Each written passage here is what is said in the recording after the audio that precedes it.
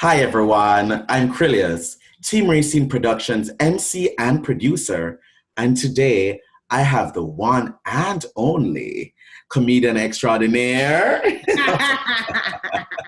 Hey guys, it's Trauvello. I'm so excited to be here, Krylios. I'm glad you guys are still offering content Mhm. during this time. I know it can be hard to kind of have your creative juices flowing with so many Definitely. things just kind of being unknown. So Mhm. thank you, Team Rayceen. Definitely. Yes, And thanks for being here with us. I mean, the last time I saw you, we shot the Team Racing Season 9 premiere for the upcoming things this year.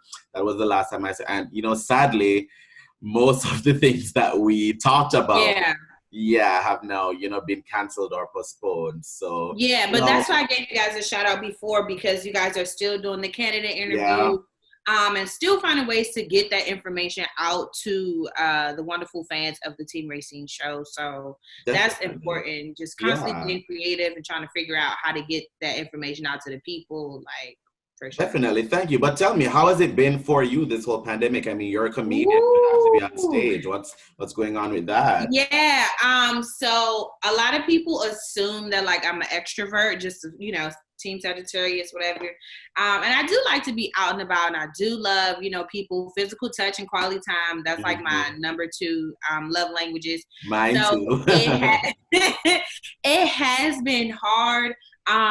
But some of the things that I found that are really helpful is just like trying new things, child. Anytime somebody posts something like, oh, I just tried this new facial wash. I made it from scratch. Okay, girl, let me see if I have these Uh-huh. ingredients in the house. Friends have been reaching out and just finding so many different creative ways to be in contact with each other. Mhm. But I stick to my same hobbies. Like I love to write, whether it's I honestly don't write jokes. My jokes are not written. Yeah. I just tell some of the crazy stuff that happened to me in my day, but I'm looking for different ways to get their content out to people. I'm Mhm. following new people on social media, which has been actually very refreshing. Yes. Um, and just kind of looking for things that I've always loved and done, but in new ways. So like I'm more on YouTube now, and like yeah, YouTube been popping for a while, right? But like Yes, people are yes. actually on there now more so than ever, constantly coming out Mhm. with quick little videos. I mean, Megan Beyonce just dropped a new video. Girl, So oh my TikTok is God. taking off. They are doing Yes. all the new challenges to Beyonce's verse. So like Mhm. social media has kind of been like a love-hate relationship for me,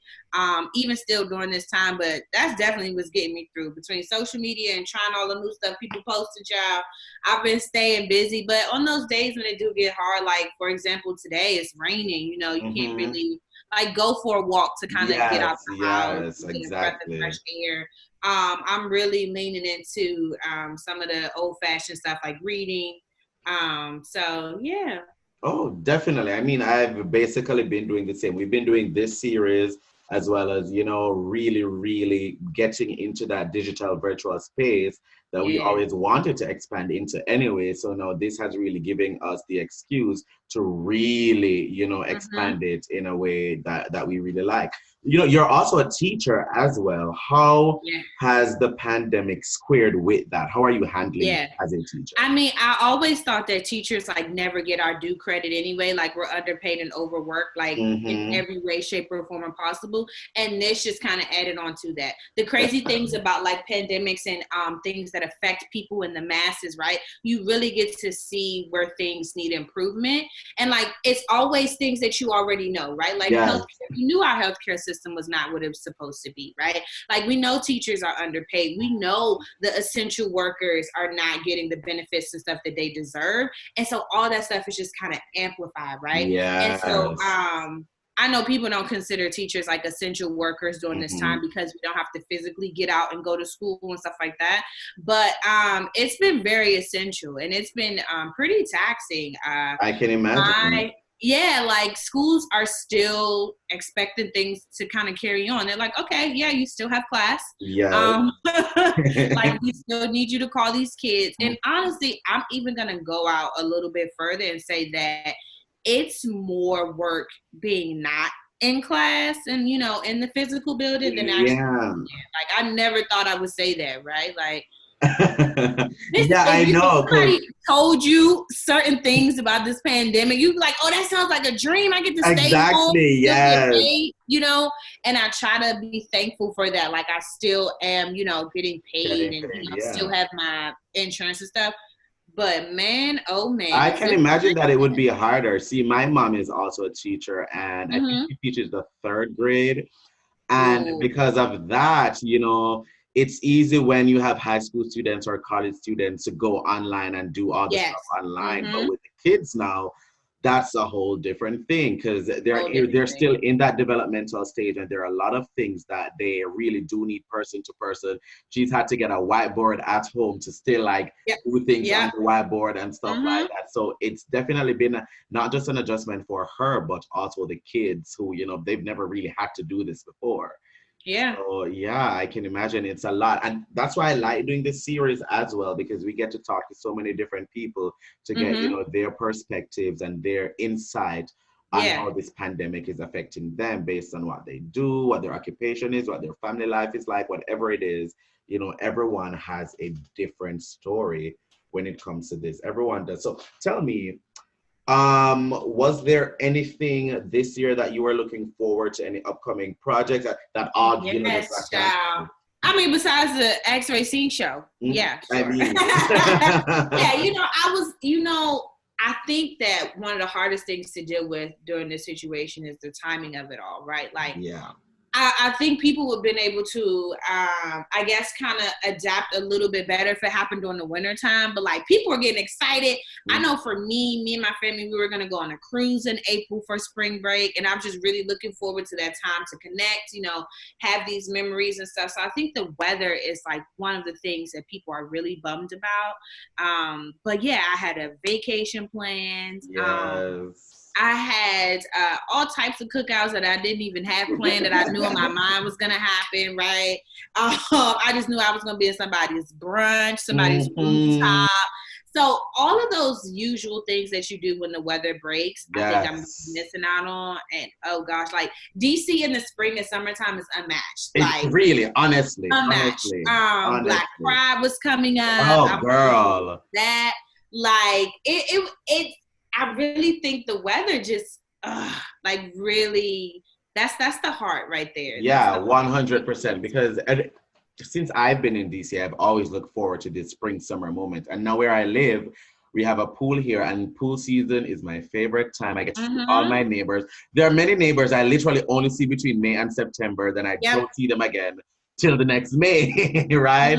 So I was looking forward to that. And to think that, all of that more than likely just won't exist this summer. Yeah. Like, yeah, it's definitely an adjustment. It's definitely an adjustment. And, for people like us that, we thrive on the stage, a lot of the things that we do involves, an audience, and really, getting that with an audience. It really sucks that we're not able to do this right now. Tell me something. What is your hope for the end of this? When we finally get through it, what is your hope? I really hope that, and speaking earlier about the different exposures to things that aren't working, I really hope that we get people to rally around those essential workers and rally around those systems that we've known have been broken for so long. And I honestly don't think we need to fix them. I think a lot of those systems we need to get rid of, right? Like, and I think we need to put I hate the word systems in general, but put new things into place that actually protects people. I think that so often in a capitalistic society, we're so driven by like the things that I have and the money that I can accrue, right? And how much does this cost? How much does that cost? How can I show this off? And like, nobody has been able to necessarily do that and feel, good about it. So I'm really hoping that we get out there and vote for one. And I know that's hard, but DC has 4 different ways you can get your ballot. So I really hope that we change some things and put some new things into place so that you can't stop anything like this from happening. It's just impossible. But so that we can be able to adapt to it better and deal with it better. So that's my goal. I also hope that people don't rush going back out there. You know, like I'm so terrified. Like you hear about Georgia, that's like, Mhm. oh yeah, we're open. We have select nail salons open and stuff like that. That we really take our time and just make sure that we go out of this correct, because we came in here Yes. completely wrong. So I mean, that's my hope. I agree. And you know what?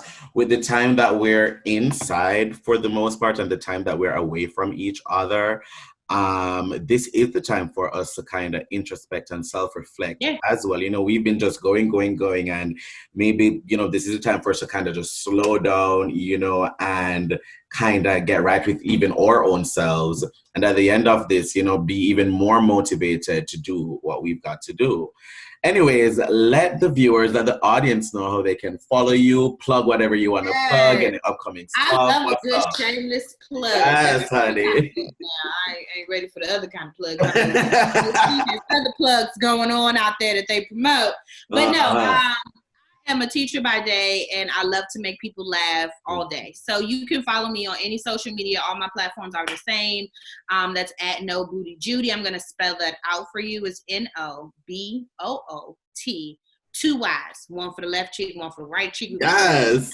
Each other, and then we're gonna add a little Judy after that. JUDY. Again, that's No Booty Judy on all social media platforms. They can find me. Awesome. Yes. Well, thanks so much for joining me today, Trauvello. This was wonderful. I'm so glad you decided to come. I'm so glad you guys are still doing this for the people. As always, thank you for having me. It's a pleasure. If you guys need anything, I'm here. 100%. A lot to do, but no energy to do it. So just let me know. Of course, will do. And to our viewers, thank you for watching. Yes.